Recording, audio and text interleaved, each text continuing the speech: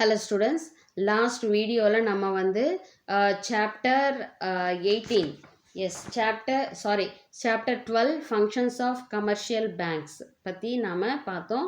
அதில் primary functionsல வந்து accepting deposits என்ற டாப்பிக்கை வந்து டிஸ்கஸ் பண்ணோம். ஸோ அதே primary functionல வந்து granting loans and advances அப்படின்ற ஒரு டாபிக் வந்து இன்னைக்கு நாம டிஸ்கஸ் பண்ண போகிறோம்.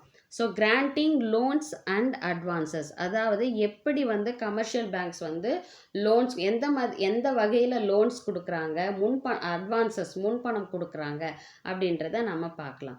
த second primary function of commercial bank is lending money in order to earn interest income.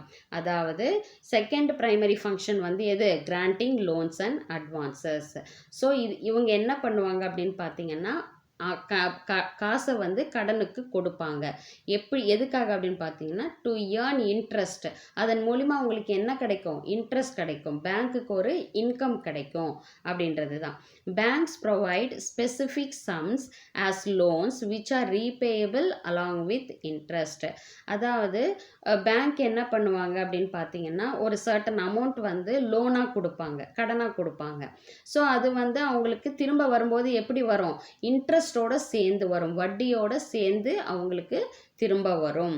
So demand loans should be repaid whenever demanded. அதாவது இந்த டிமாண்ட் லோன் அப்படின்றது என்ன அப்படின்னு நீங்கள் பார்த்தீங்கன்னா, அதாவது அந்த லோன் அமௌண்ட் வந்து இப்போ ஒரு பேங்க் வந்து ஒருத்தருக்கு லோன் கொடுக்குதுன்னு அப்படின்னு வச்சுக்கோங்க. அதாவது அவரை வந்து நீங்கள் இமீடியட்டாக வந்து இந்த அமௌண்ட்டை நீங்கள் பே பண்ணுங்க அப்படின்னு எப்போ வேணால் அவங்க சொல்லலாம். அதே சமயத்தில் அவங்களும் வந்து எந்த டைம் சொன்னாலும் அவங்க வந்து அந்த அமௌண்ட்டை வந்து திருப்ப கட்டிடணும். எப்போ டிமாண்ட் பண்ணாலும் அவங்க வந்து திரும்ப கட்டிடணும். அதுக்கு பேர் தான் demand loans. So demand loans should be repaid whenever demanded. எப்போ வந்து அவங்க வந்து இந்த அமௌண்ட்டை நீங்கள் பே பண்ணிவிடுங்க அப்படின்னு சொல்கிறாங்களோ அப்போ வந்து இவங்க பே பண்ணிடணும். Term loans can be repaid after a agreed period. Term லோன்ஸ்னால் என்ன அப்படின்னு பார்த்தீங்கன்னா, டேர்ம்னாலே தெரியும், சர்டன் பீரியட், கால அளவு அப்படின்னு அர்த்தம். ஸோ ஒரு வருஷமோ இல்லை வந்துட்டு 10 வருஷமோ கழித்து நீங்கள் வந்துட்டு இந்த அமௌண்ட்டை ரீபே பண்ணணும் அப்படின்னு அக்செப்ட் பண்ணியிருப்பாங்க. ஸோ அதுதான் வந்து term loans. So advances or credit facilities provided for short period to business community. அதாவது அட்வான்சஸ் அப்படின்றது வந்து முன்பணம் கொடுக்கறது, சரிங்களா? ஸோ இந்த மாதிரி அது வந்து ஒரு ஷார்ட் பீரியடுக்கு தான். அதாவது மினிமம் பார்த்தீங்கன்னா வித்தின் ஏ இயர், ஒரு வருஷத்துக்குள்ளே வந்து அவங்க என்ன பண்ணணும், அந்த அமௌண்ட்டை வந்து திருப்பி கொடுத்துடணும் பேங்க்குக்கு. அதுதான் வந்து அட்வான்சஸ் அப்படின்னு சொல்கிறாங்க. மோஸ்ட்லி இது யாருக்கு கொடுப்பாங்க அப்படின்னு பார்த்தீங்கன்னா, இந்த வியாபாரம் பண்ணுறவங்களுக்கு தான், பிஸ்னஸ் பண்ணுறவங்களுக்கு தான் இதை கொடுப்பாங்க. But both terms are used interchangeably. ரெண்டுமே வந்து மோஸ்ட்லி பார்த்தீங்கன்னா மாறி மாறி தான் எல்லாமே நடக்குது அப்படின்னு சொல்கிறாங்க. ஸோ இதில் சப்ஹெட்டிங்காக வர்றது பார்த்தீங்கன்னா அட்வான்சஸ். ஸோ அட்வான்சஸில் வந்து என்னெல்லாம் பண்ணுறாங்க, எந்த மாதிரி விஷயங்களுக்கெல்லாம் அட்வான்சஸ் கொடுக்குறாங்க அப்படின்றத பார்க்கலாம். ஃபஸ்ட்டு பார்த்தீங்கன்னா ஓவர் டிராஃப்ட் பற்றி நம்ம ஆல்ரெடி லாஸ்ட் வீடியோலேயே நம்ம டிஸ்கஸ் பண்ணோம். ஒருத்தருடைய அக்கௌண்ட்டில் 10,000 ரூபா இருக்குது, ஆனால் அவருக்கு 20,000 ரூபா தேவைப்படுது கஸ்டமருக்கு. அப்போது பேங்க்கில் போய் அவங்க அப்ரோச் பண்ணும்போது 10,000 ரூபா இருக்கிற அக்கௌண்ட்டில் 20,000 ரூபா அவங்க வாங்கினாங்கன்னா இருக்கிற பணத்தை விட அதிகமாக வந்து அவங்க வந்து காசு வாங்குறாங்க அப்படின்னா that is called over draft அப்படின்னு அர்த்தம். It is a credit facility extended mostly to current account holding business community customers. Mostly வந்து இந்த ஓவர் டிராஃப்ட் வந்து யாருக்கு கொடுப்பாங்கன்னு ஆல்ரெடி நான் சொல்லியிருக்கேன். கரண்ட் அக்கௌண்ட்டில் இருக்கிறவங்களுக்கு தான் வந்து மோஸ்ட்லி இதை வந்து கொடுப்பாங்க. மோஸ்ட்லி கரண்ட் அக்கௌண்ட் வச்சுருக்கவங்க வந்து பிஸ்னஸ் பண்ணுறவங்களாக தான் இருப்பாங்க. It is an arrangement reached between the banker and the credit வர்த்தி customers.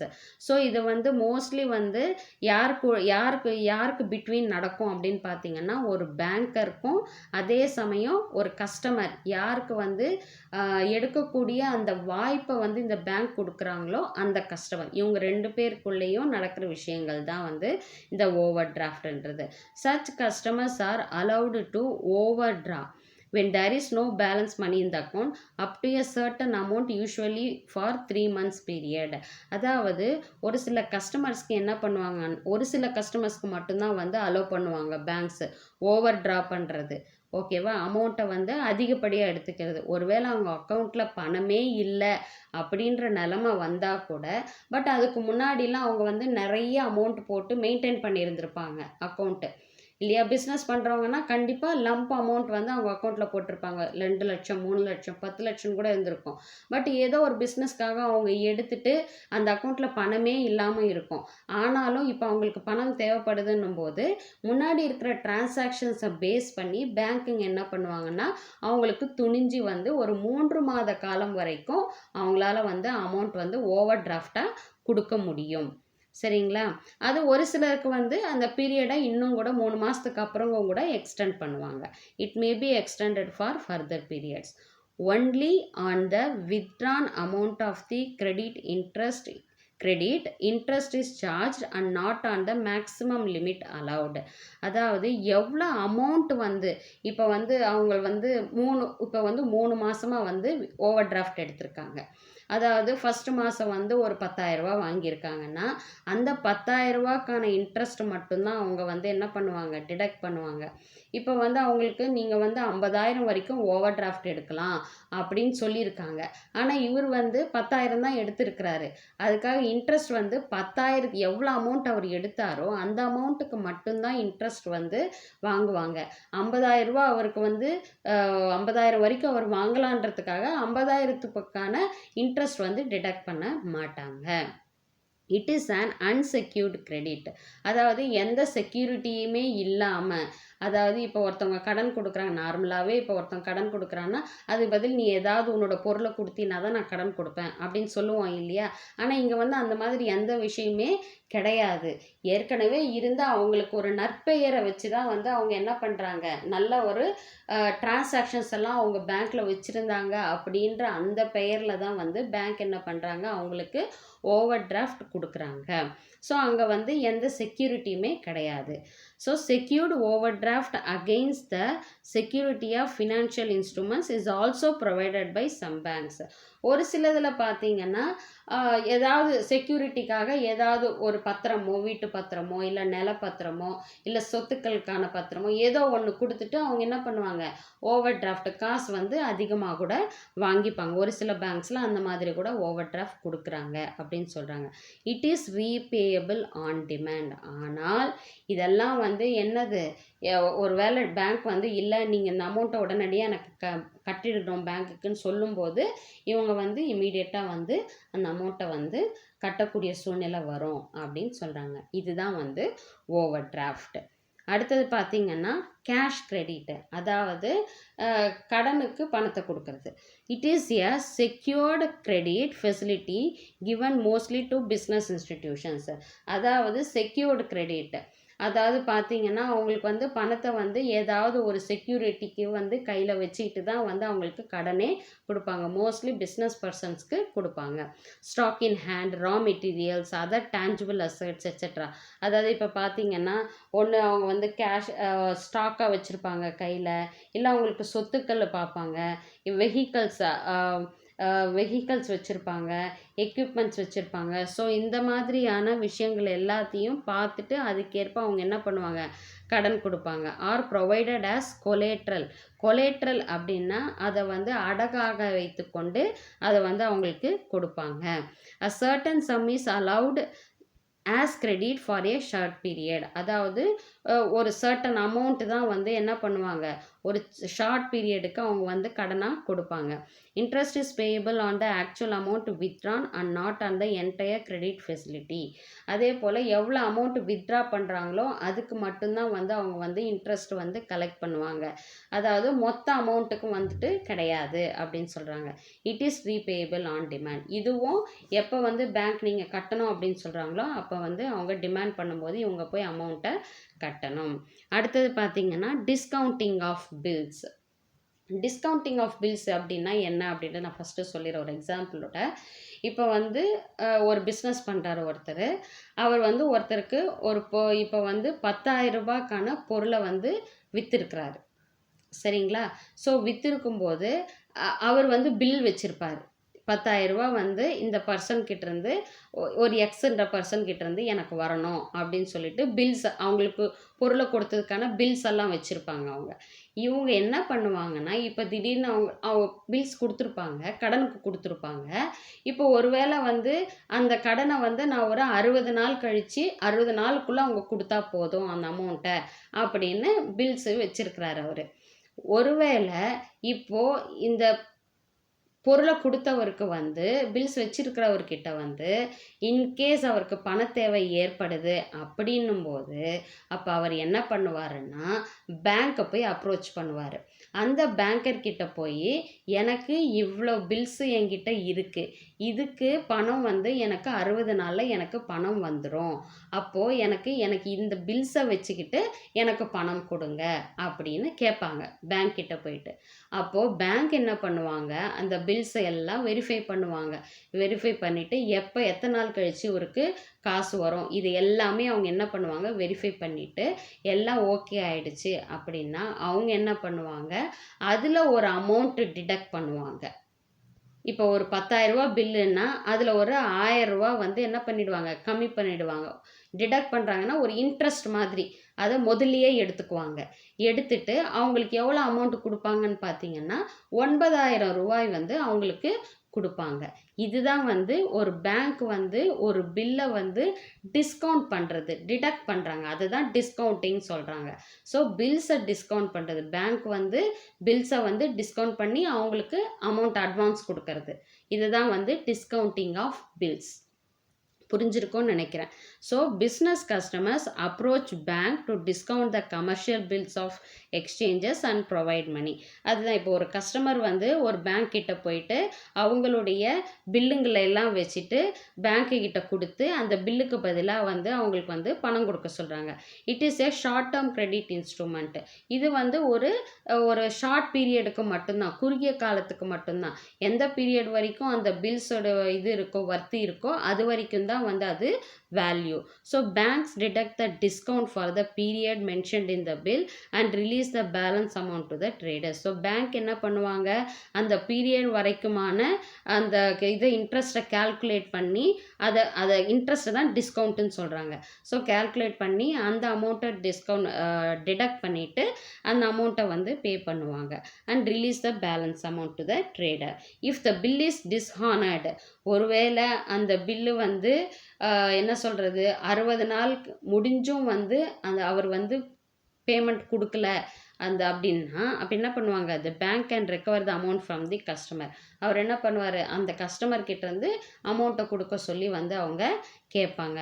It is a form of unsecured credit. இதுக்கும் வந்து என்ன கிடையாது, ஒரு செக்யூரிட்டி இல்லாத ஒரு தன்மை தான் வந்து இங்கே இருக்குது. அதுக்கு தான் வந்து இவங்க வந்து அட்வான்ஸாக அமௌண்ட் கொடுக்குறாங்க அப்படின்னு சொல்கிறாங்க. ஸோ அட்வான்சஸ் பார்த்தோம். அடுத்தது பார்த்தீங்கன்னா லோன்ஸ், எந்த மாதிரியான லோன்ஸ் எல்லாம் கொடுக்குறாங்க அப்படின்னு பார்க்கலாம். Short term and medium term loans are provided by the commercial banks against eligible collaterals to business concerns. அதாவது இந்த வியாபாரம் செய்கிறவங்களுக்கு என்ன பண்ணுறாங்கன்னா, குறுகிய காலத்துக்கோ இல்லை வந்து ஒரு மீடியம் லெவல், இப்போ வந்து 3 மாதம் இல்லைன்னா 6 மாதம் அந்த மாதிரி ஒரு குறுகிய காலத்துக்கோ இல்லை ஷார்ட் டேர்முக்கோ மீடியம் டேர்முக்கோ வந்து இவங்க வந்து கமர்ஷியல் பேங்க்ஸ் வந்து என்ன பண்ணுறாங்க, லோன் கொடுக்குறாங்க அகெயின்ஸ்ட் எலிஜிபிள் கொலேட்ரல்ஸ். அதாவது அவங்க செக்யூரிட்டிக்காக கொடுக்கக்கூடிய அந்த பத்திரங்களை வைத்து அவங்க என்ன பண்ணுவாங்க, லோன் வந்து கொடுப்பாங்க. It is a definite sum of money lent for a definite period. இதுக்கு வந்து அந்த கால்குலேஷன் பண்ணி எவ்வளோ அமௌண்ட் அவங்க கொடுக்குறாங்களோ சர்டன் பீரியட் வரைக்கும் தான் வந்து அவங்க அதை கொடுப்பாங்க. It is repayable in one lump sum or in instalments. அதாவது இப்போ அந்த அமௌண்ட்டை வந்து இப்போ 1,00,000 ரூபாய் வந்து அவர் கடன் வாங்குறாரு அப்படின்னு வச்சுக்கோங்க, அதை வந்து 1,00,000 திருப்பி கொடுத்துடலாம். இல்லை இன்ஸ்டால்மெண்ட் பேசிஸில் அவர் வந்து மாதம் மாதம் கூட அங்கே கட்டலாம். Interest is payable on the entire loan amount. ஆனால் அதுக்கான வட்டி வந்து எவ்வளோ அமௌண்ட் அவர் 1,00,000 ரூபாய் எடுத்தார்னா அந்த 1,00,000த்துக்கும் சேர்த்து தான் அவர் என்ன பண்ணணும், இன்ட்ரெஸ்ட்டை வந்து பே பண்ணணும். Every bank in these days design new methods of advancing loans to find more ways to learning income. ஆனால் ஒவ்வொரு பேங்க்கும் வந்து ஒவ்வொரு மெத்தடாலஜியை வந்து ஃபாலோ பண்ணுது. அட்வான்ஸிங் லோன்ஸ்க்கு வந்து அட்வான்ஸ் கொடுக்கறது, அதுக்கப்புறம் வந்துட்டு அதன் மூலிமா அவங்க என்ன பண்ணுறாங்க, இன்கம் கெயின் பண்ணுறாங்க பேங்க்கு அப்படின்னு சொல்கிறாங்க. Generally commercial banks provide the following loans. Mostly பொதுவாக பார்த்தீங்கன்னா கமர்ஷியல் பேங்க்ஸ் எல்லாமே கீழ்கண்ட லோன்ஸை தான் வந்து ப்ரொவைட் பண்ணுறாங்க அப்படின்னு சொல்கிறாங்க. ஸோ ஃபஸ்ட்டு லோனுன்னு பார்த்தாலும் நமக்கு எல்லாருக்குமே தெரியும், ஹவுசிங் லோன், வீட்டுக்கடன். சரிங்களா? So taking the title deeds of the house as collateral security. அதாவது அந்த வீட்டு பத்திரம் இருக்கும் இல்லையா, அதை தான் வந்து அவங்க என்ன பண்ணுவாங்க, செக்யூரிட்டியாக வாங்கிப்பாங்க. அவங்க பேரில் இருக்கிற அந்த பத்திரத்தை அவங்க என்ன பண்ணுவாங்க, செக்யூரிட்டியாக பேங்க் வாங்கிப்பாங்க. Based on the monthly income of the borrowing customer. அதாவது அவருக்கு மாதம் மாதம் எவ்வளோ இன்கம் வருது அதை பேஸ் பண்ணி கஸ்டமருடைய இன்கம்மை பேஸ் பண்ணி தான் வந்து அவங்களுக்கு கடன் கொடுப்பாங்க. Banks advance, medium and long term loans. So அதை பேஸ் பண்ணி தான் அவங்களுக்கு வந்து அட்வான்ஸை வந்து எந்த அளவில் வந்து அவங்களுக்கு கொடுக்கணும், மீடியமாக இல்லை லாங் டேர்ம் லோன்ஸ் கொடுக்குறதா, எவ்வளோ வருஷங்கள் அவருக்கு சர்வீஸ் இருக்குது வேலை செய்கிறதுக்கு, அதையெல்லாம் கால்குலேட் பண்ணி தான் வந்து அவங்க எத்தனை வருஷங்களுக்குள்ளே இந்த அமௌண்ட்டை வந்து கட்டணும் அப்படின்றத வந்து பேங்க் சொல்லுவாங்க. The customer repay the loan in equated monthly instalments, இஎம்ஐயில் கட்டுறது. ஸோ அவங்க என்ன பண்ணுவாங்கன்னா கஸ்டமர்ஸ் வந்து மாதம் மாதம் வந்து இன்ஸ்டால்மெண்ட் பேசிஸில் வாங்கின கடனை அடைச்சிட்டே வருவாங்க. ஆனால் EMI consist of principal and interest. ஆனால் அந்த இஎம்ஐ வந்து எப்படி இருக்கும் அப்படின்னு பார்த்தீங்கன்னா, இப்போ 1 லட்ச ரூபா, இப்போ 5 லட்ச ரூபா வாங்குறாருன்னு வச்சுக்கோங்க, அந்த 5 லட்ச ரூபாய்க்கு இன்ட்ரெஸ்ட் இருக்கும். அப்போது அவங்க பே பண்ணும்போது அந்த 5 லட்ச ரூபாவையும் 5 லட்ச ரூபாவை வந்து இன்ஸ்டால்மெண்ட்டாகவும் அதே போல் இன்ட்ரெஸ்ட்டும் இருக்கும். ரெண்டுத்தையும் சேர்த்து தான் மாதம் மாதம் இன்ட்ரெஸ்ட்டோடு சேர்த்து மாதம் மாதம் இன்ஸ்டால்மெண்ட்டாக வந்து கட்டுவாங்க அப்படின்னு சொல்கிறாங்க. This is a boon to the middle class salaried employees who cannot afford to pay the full price of a house in a lump sum. அதாவது இப்போ மிடில் கிளாஸ் பீப்புள் இருப்பாங்க இல்லையா, இப்போ வந்து ரிச் பீப்புள்னால் வந்து அவங்களுக்கு வந்து அவசியமே கிடையாது. ஆனால் இப்போ மிடில் கிளாஸ் பீப்புள் வீடு வாங்கணும் செய்யணும்னு நினைக்கும் போது அப்போ அவங்க என்ன பண்ணுவாங்க, அவங்களுக்கு அதிகப்படியான பணம் தேவைப்படுது, யாரும் அவங்க நம்பி கொடுக்க மாட்டாங்க. ஸோ இவங்க சேலரியை பேஸ் பண்ணி பேங்க் வந்து கடன் கொடுக்கறதுக்கு முன் வருது. ஸோ அதனால் இவங்க என்ன பண்ணுவாங்க, வீட்டு பத்திரத்தை வாங்கி வச்சுட்டு இவங்களுக்கு வந்து லோன் கொடுப்பாங்க. ஸோ சேலரி வாங்குகிற எம்ப்ளாயீஸ்க்கு வந்து இது வந்து ஒரு லம்ப் அமௌண்ட் கிடைக்கிறதுக்கு இந்த ஹோம் லோன் வந்து பெஸ்ட்டாக இருக்குது அப்படின்னு சொல்கிறாங்க. அடுத்தது பார்த்திங்கன்னா கன்சியூமர் லோன்ஸ், ஒரு தனிப்பட்ட பர்சனுக்கே வந்து லோன் கொடுக்கறது. Consumer durables like refrigerator, air conditioner, laptop, washing machine, television, etc. can be purchased by customers with consumer loans from banks. அதாவது இப்போ நம்ம வாங்குகிறோம் இல்லையா, ஃப்ரிட்ஜ் வாங்குகிறோம், ஏசி வாங்குகிறோம், லேப்டாப், வாஷிங் மிஷின், இதெல்லாம் நம்ம கடையில் வாங்குகிறோம். நம்மளால் வந்து மொத்த பணமும் கொடுத்து வாங்க முடியல அப்படின்னும் போது நான் இஎம்ஐ கட்டுறேன், மாதம் மாதம் நான் கட்டுறேன் அப்படின்னு சொல்கிறோம். ஸோ அப்போ வந்து அவங்க என்ன பண்ணுறாங்க, ஒரு பேங்க் வந்து என்ன பண்ணுறாங்க, லோன் கொடுக்குறாங்க இவங்களுக்கு. சரிங்களா? சரி, நாங்கள் வந்து இந்த வெஹிக்கல் லோன் நம்ம வாங்குகிறோம் இல்லையா, ஸோ நான் வந்துட்டு இந்த மாதிரி வெஹிக்கல் நான் வாங்கணும் அப்படின்னு நீங்கள் நினைக்கிறீங்க. அப்போ வந்து பேங்க்கில் அப்ரோச் பண்ணிங்கன்னா ஸோ அந்த வெஹிக்கிளோட வேல்யூ என்ன, அது அப்புறம் உங்கள் சேலரி என்ன, இதையெல்லாம் பேஸ் பண்ணி அவங்க வந்து உங்களுக்கு வந்து லோன் கொடுப்பாங்க. அதை வச்சு நீங்கள் வந்து என்ன பண்ணலாம், நீங்கள் வெஹிக்கிள் வாங்குறதோ இல்லை ரெஃப்ரிஜிரேட்டரோ இல்லை வாஷிங் மிஷினோ எது வேணால் நீங்கள் வாங்கிக்கலாம். The product purchased is hypothecated. ஹைபாத்திகேட்டட்னா அடமானம் வைக்கிறதுன்னு அப்படி அர்த்தம். So secured loan arrangement where the movable asset remains with the borrower as security for the consumer loan account. அதாவது இப்போ வந்து இப்போ ஒரு பொருள் இவங்க வண்டி வாங்குறாங்கன்னு வச்சுக்கோங்க, அந்த வண்டிக்காக தான் வந்து இவங்க என்ன பண்ணுவாங்க, லோன் கொடுப்பாங்க. ஸோ அந்த வண்டியை வந்து இவர் கடன் வாங்கினவர் தான் வச்சுருப்பார், ஆனால் அதுக்கான பத்திரமெல்லாம் இருக்கும் இல்லையா, அதுக்கான டாக்குமெண்ட்ஸ் இருக்கும் இல்லையா, அதெல்லாம் யார்கிட்ட இருக்கும், யார் பேரில் இருக்கும் அப்படின்னு பார்த்தீங்கன்னா பேங்க் பேரில் தான் இருக்கும் அப்படின்னு சொல்கிறாங்க. Security for the consumer loan account, அதை வந்து ஒரு செக்யூரிட்டியாக அவங்க வச்சுக்குவாங்க. The customer pays in equated monthly instalments for a specified period. எந்த குறிப்பிட்ட காலம் வரைக்கும் அவங்க சொல்லியிருக்காங்களோ அந்த குறிப்பிட்ட காலம் வரைக்கும் அவங்க என்ன பண்ணுவாங்க, அந்த அமௌண்ட்டை வந்து பே பண்ணிவிட்டு தன்னுடைய பொருளை வந்து தன் டாக்குமெண்ட்டை வந்து வாங்கிப்பாங்க. அடுத்தது பார்த்திங்கன்னா வெஹிக்கல் லோன் இதே தான். ஸோ இதே மாதிரி தான். இப்போ ஒரு 2 வீலரோ இல்லை காரோ இல்லை ப்ரைவேட் பஸ்ஸஸோ இந்த மாதிரி ஏதாவது ஒன்று வாங்குறாங்க அப்படின்னும்போது இவங்க என்ன பண்ணுவாங்க, பேங்க் அப்ரோச் பண்ணுவாங்க. அப்போது வெஹிக்கல்ஸை வந்து அவங்க என்ன பண்ணிவிடுவாங்க, வெஹிக்கல்ஸ் ஆர் ஹைபாத்திகேட்டட், அதை வந்து அடமானத்துக்கு கொடுத்துட்டு அதோட டாக்குமெண்ட்டை கொடுத்துட்டு இவங்க என்ன பண்ணுவாங்க, லோன் வாங்கிப்பாங்க. லோன் வாங்கிட்டு அதுக்கப்புறம் என்ன பண்ணுவாங்க, அதை வந்து ரீபே பண்ணிவிடுவாங்க. Vehicle registration book is deposited with the bank. So வண்டியை வந்து ரெஜிஸ்ட்ரேஷன் பண்ணுவாங்க இல்லையா, அந்த புக்கை வந்து யார் வாங்கிப்பாங்க, லோன் கொடுக்குற பேங்க் வாங்கிப்பாங்க. பேங்க் வாங்கிட்டு அந்த ஃபுல் பேமெண்ட் நம்ம பண்ணதுக்கப்புறமா அந்த புக்கை வந்து நமக்கு திருப்பி கொடுப்பாங்க. ஓகேவா, இதுதான் வெஹிக்கல் லோன். எஜுகேஷ்னல் லோன், நிறைய பேர் வந்து என்ன பண்ணுறாங்க, ஃபீஸ் கட்ட முடியாது செய்ய முடியாது அப்படின்னும்போது நமக்கு வந்து எஜுகேஷ்னல் லோனும் பேங்க்ஸ் வந்து ப்ரொவைட் பண்ணுறாங்க. Loan is provided by banks to students for studying undergraduate, postgraduate or professional courses. அதாவது இப்போ வந்து யூஜி படிக்கணும், பிஜி படிக்கணும் அப்படின்றது ஆசைப்படுறவங்கக்கிட்ட காசு இல்லை அப்படின்னும்போது அப்போ என்ன பண்ணுறாங்க, பேங்க் வந்து லோன் வந்து அவங்க படிக்கிறதுக்கு ப்ரொவைட் பண்ணுறாங்க. Loan may be received in instalments to pay the educational fees every year. அந்த லோன் மூலிமா இன்ஸ்டால்மெண்ட்டாக கொடுப்பாங்க. அது மூலிமா நம்ம என்ன பண்ணலாம், நம்ம ஃபீஸை வந்து பே பண்ணி வருஷத்துக்கான ஃபீஸை வந்து நம்ம பே பண்ணலாம். After completion of the course 1 year is allowed for the student to get employed. அதாவது அந்த கோர்ஸ் வந்து கம்ப்ளீட் ஆகிடுச்சு. After completion of the course 1 year, அதாவது அவங்களுடைய கோர்ஸை கம்ப்ளீட் ஆகிட்டு 1 year வந்து அவங்களுக்கு வந்து டைம் கொடுப்பாங்க. எஜுகேஷ்னல் லோன் வந்து இப்போ வந்து பிகாம் படிக்கிறீங்க அப்படின்னு வச்சுக்கோங்க, 3 வருஷம். ஸோ 3 வருஷத்துக்கான ஃபீஸ் எல்லாமே லோன் மூலிமா உங்களுக்கு வந்து அவங்க கட்டிடுவாங்க. அதுக்கப்புறம் வந்து பிகாம் முடித்த உடனே உங்களுக்கு 1 வருஷம் டைம் கொடுப்பாங்க. அந்த 1 வருஷத்துக்குள்ளே நீங்கள் வேலை வாங்கி நீங்கள் என்ன பண்ணணும், அந்த அமௌண்ட்டை வந்து அந்த லோனை வந்து அடைக்கணும். Afterwards the student should repay the loan with interest for the entire period.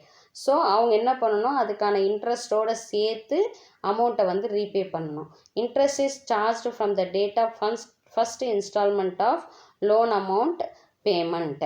அதாவது என்றைக்கு வந்து அவங்க லோன் கொடுக்க ஆரம்பித்தாங்களோ அப்பத்துலேருந்து அவங்க வந்து ஒரு ஃபஸ்ட் இன்ஸ்டால்மெண்ட் எப்போ கொடுத்தாங்களோ அதுக்கான இன்ட்ரெஸ்ட்லேருந்து இவங்க எல்லாமே என்ன பண்ணணும், பே பண்ணணும் அப்படின்னு சொல்கிறாங்க. அடுத்தது பார்த்திங்கன்னா ஜுவல் லோன், அதாவது நகைக்கு கடன் கொடுக்கறது. Customers pledge their jewel and obtain loans from banks. The margin percentage of value per gram that can be given as credit. அதாவது மார்ஜின் வந்து எப்படின்னு பார்த்தீங்கன்னா, இப்போ வந்து ஒரு கிராமுக்கு இவ்வளோ வேல்யூன்னு இருக்கும். ஸோ அந்த வேல்யூவை பேஸ் பண்ணி தான் வந்து கால்குலேட் பண்ணுவாங்க. Requirement is fixed by the RBI. So அந்த மார்ஜின் அதாவது இப்போ ஒரு பேங்க்கில் வந்து ஒரு கிராமுக்கு 2500 நாங்கள் வந்து கடன் கொடுக்குறோம் அப்படின்னு சொல்கிறாங்க. ஸோ இந்த 2500 அப்படின்ற கிராமுக்கு 2500 அப்படின்றத வந்து ஃபிக்ஸ் பண்ணுறது யார் அப்படின்னு பார்த்தீங்கன்னா ரிசர்வ் பேங்க் ஆஃப் இந்தியா தான் ஃபிக்ஸ் பண்ணுறாங்க. So interest should be paid every month. அதுக்கான இன்ட்ரெஸ்ட்டும் என்ன பண்ணணும், ஒவ்வொரு மாதமும் கட்டணும். Otherwise interest on interest is charge. ஒருவேளை நீங்கள் இன்ட்ரெஸ்ட் பே பண்ணனா அந்த வட்டிக்கும் மேலே வட்டி போட்டு அவங்க கால்குலேட் பண்ணுவாங்க. Within 12 months the customer can redeem or else can repledge. 12 மாதம் வரைக்கும் தான் டைம் ஜுவல் லோனுக்கு. ஒன்று அந்த கஸ்டமர் வந்து அந்த 12 மாதத்தில் அந்த வந்து நகையை திருப்பிடணும். அப்படி இல்லை அப்படின்னும்போது திரும்ப வேணாலும் என்ன பண்ணலாம், ரீப்ளேஸ் பண்ணலாம். அந்த 1 வருஷத்துக்கான வட்டியை அவங்க கட்டிட்டு மறுபடியும் என்ன பண்ணலாம், அந்த நகையை வந்து மறுபடியும் வந்து அடகு வைக்கலாம். Jewels not redeemed even after reminders are sold in auction by banks to recover these dues. அதாவது இந்த ஜுவல்ஸை வந்து எப்போ திருப்பி கொடுக்க மாட்டாங்க அப்படின்னு பார்த்தீங்கன்னா, நிறைய ரிமைண்டர் கொடுத்துருவாங்க. நீங்கள் இன்னும் வட்டி கட்டலை, நீங்கள் சீக்கிரம் வந்து வட்டி கட்டுங்க அப்படின்னு வந்துட்டு பேங்க் வந்து கஸ்டமருக்கு மெசேஜஸ் வந்து அனுப்புவாங்க. ஒருவேளை அதெல்லாம் பார்த்து கூட ஒரு சர்டன் பீரியட் வரைக்கும் பார்ப்பாங்க. எதுக்குமே அவங்க ரெஸ்பாண்ட் பண்ணல அப்படின்னா உடனே என்ன பண்ணிவிடுவாங்க, அந்த நகைகளை வந்து ஏலத்துக்கு விட்டுருவாங்க. ஏலத்துக்கு விட்டுட்டு அவங்க எவ்வளோ அமௌண்ட்டு பே பண்ணமோ அதை வந்து பேங்க் வந்து எடுத்துக்கும் அப்படின்னு சொல்கிறாங்க. இதுதான் வந்து ஜுவல் லோன். ஸோ இது வரைக்கும் நம்ம பார்த்தது எல்லாமே பார்த்திங்கன்னா கிராண்டிங் லோன்ஸ் அண்ட் அட்வான்ஸஸ் கீழே வர சப் ஹெட்டிங்ஸை தான் நம்ம பார்த்தோம். அடுத்தது ப்ரைமரி ஃபங்க்ஷன் ஆஃப் கமர்ஷியல் பேங்க்ஸில் 3ஆவதாக பார்க்க போகிறது கிரியேஷன் ஆஃப் கிரெடிட். ஓகேவா? கடன் கொடுக்கறது. எப்படி வந்து கடன் கொடுக்குறாங்க அப்படின்னு பார்த்தீங்கன்னா, apart from the currency money issued by the RBI.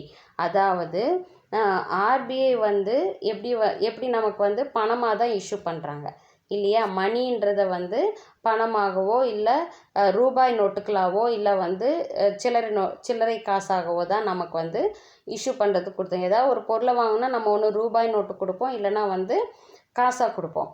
The credit money in circulation created by commercial banks. இங்கே வந்து கிரெடிட் மணி, அதாவது மணி கிடையாது. கிரெடிட் மணின்னா இந்த டெபிட் கார்ட்ஸு சொல்லுவாங்க இல்லையா?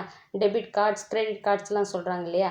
ஸோ அதை தான் வந்து அவங்க என்ன சொல்கிறாங்க, கிரெடிட் மணி அப்படின்னு சொல்கிறாங்க. ஸோ கமர்ஷியல் பேங்க்ஸ் எல்லாம் என்ன பண்ணிட்டாங்கன்னா இந்த மாதிரியான ஒரு சர்க்குலேஷனை வந்து க்ரியேட் பண்ணியிருக்காங்க. Influence economic activities of a country to a large extent. So இந்த மாதிரி பண்ணுறதுனால என்ன ஆச்சுன்னா அவங்களுக்கான பொருளாதார செயல்முறையில் வந்து, அதாவது பொருளாதார நடவடிக்கைகளுக்கு இது பெரிய உதவியாக இருக்குது அப்படின்னு சொல்லிட்டு சொல்கிறாங்க. Credit money of commercial banks is far greater in volume than the currency money. அதாவது பணப்புழக்கத்தை விட இந்த கிரெடிட் மணியுடைய வேல்யூ வந்து மதிப்பு வந்து அதிகமாயிட்டே போகுது அப்படின்னு சொல்லிட்டு சொல்கிறாங்க. The volume, the purpose and the sector to which this credit money is to be channelized. All these are implemented by the commercial banks and the guidance of RBI. அதாவது கடன்களின் மொத்த அளவு, அதனுடைய பயன்கள் மற்றும் எந்த துறைகளுக்காக அப்படின்றது எல்லாம் வந்துட்டு எப்படி யார் டைரக்ட் பண்ணுறாங்க, யார் வந்து இதை வழிநடத்திட்டு போகிறாங்க அப்படின்னு நீங்கள் பார்த்தீங்கன்னா இவை அனைத்தையுமே வந்து ஆர்பிஐனுடைய வழிகாட்டுதலின்படி தான் வந்து கமர்ஷியல் பேங்க்ஸ் வந்து நடைமுறைப்படுத்துது அப்படின்னு சொல்லிட்டு சொல்கிறாங்க. இதுதான் கிரியேஷன் ஆஃப் கிரெடிட். ஸோ நம்ம வந்து ஃபங்க்ஷன்ஸ், கமர்ஷியல் பேங்க்ஸோடைய ஃபங்க்ஷன்ஸில் ப்ரைமரி ஃபங்க்ஷன்ஸ் 3 ஹெட்டிங்ஸும் நாம் வந்துட்டு முடிச்சிட்டோம். சரிங்களா? ஸோ இந்த வீடியோவில் உங்களுக்கு ஏதாவது டவுட்ஸ் இருந்ததுன்னா கமெண்ட் செக்ஷனில் கமெண்ட் பண்ணுங்கள். உங்கள் டவுட்ஸை நான் கிளாரிஃபை பண்ணுறேன். இந்த வீடியோ உங்களுக்கு பிடிச்சிருந்ததுன்னா லைக் பண்ணுங்கள், ஷேர் பண்ணுங்கள், மறக்காமல் சப்ஸ்கிரைப் பண்ணுங்கள். பெல் ஐக்கானை கிளிக் பண்ணிவிட்டு ஆல் பட்டனையும் கிளிக் பண்ணிங்கன்னா நான் போடுற வீடியோஸ் இமீடியட்டாக உங்களுக்கு நோட்டிஃபிகேஷன்ஸ் வரும். ஸோ நெக்ஸ்ட் வீடியோவில் நம்ம செகண்டரி ஃபங்க்ஷன்ஸ் பற்றி டிஸ்கஸ் பண்ணலாம். தேங்க்யூ.